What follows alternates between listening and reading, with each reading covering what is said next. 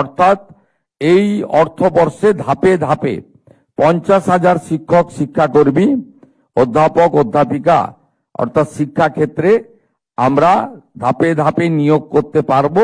চলতি অর্থবর্ষে শিক্ষাক্ষেত্রে 50,000 নিয়োগের ঘোষণা মুখ্যমন্ত্রী শুভেন্দু অধিকারীর।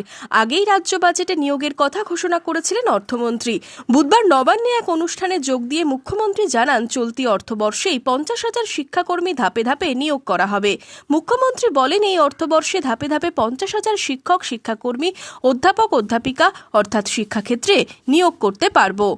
শিক্ষক শিক্ষাকর্মী প্রধান শিক্ষক এবং আপনাদের লাইব্রেরিয়ান থেকে ল্যাবরেটরি, আমাদের ক্রীড়া শিক্ষক থেকে শুরু করে সব জায়গায় শুধু নাই নাই নাই।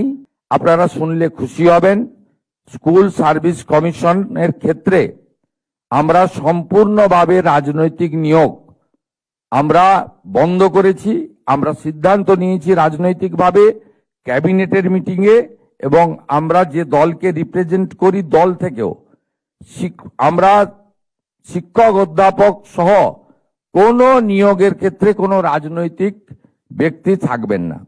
ইতিমধ্যে স্কুল সার্ভিস কমিশনে চেয়ারম্যান হিসেবে চিফ সেক্রেটারি পদমর্যাদার আধিকারিক দুষ্যন্ত নারিয়ালাকে আমরা চেয়ারম্যান নিযুক্ত করেছি, এবং মহামান্য সুপ্রিম কোর্টের নির্দেশ মেনে আমরা নিয়োগ প্রক্রিয়া, যেটা একটু আগে দীপকবাবু বলেছেন, আমরা সেটা সম্পূর্ণ করব।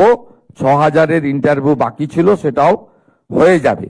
আমরা বিশ্বাস করি বাজেটে মাননীয় অর্থমন্ত্রী যে ঘোষণা করেছেন, এই 12,000 শিক্ষক শিক্ষিকা নিয়োগের পরে আরো অন্তত 38,000 অর্থাৎ এই অর্থবর্ষে ধাপে ধাপে 50,000 শিক্ষক শিক্ষাকর্মী অধ্যাপক অধ্যাপিকা অর্থাৎ শিক্ষাক্ষেত্রে আমরা ধাপে ধাপে নিয়োগ করতে পারবো, এবং অত্যন্ত পরিচ্ছন্নতার মধ্য দিয়ে। অর্থাৎ আমাদের no teacher school, single teacher school এবং বিভিন্ন বিষয় যে শিক্ষকদের অভাব রয়েছে সেটা পূরণ করব।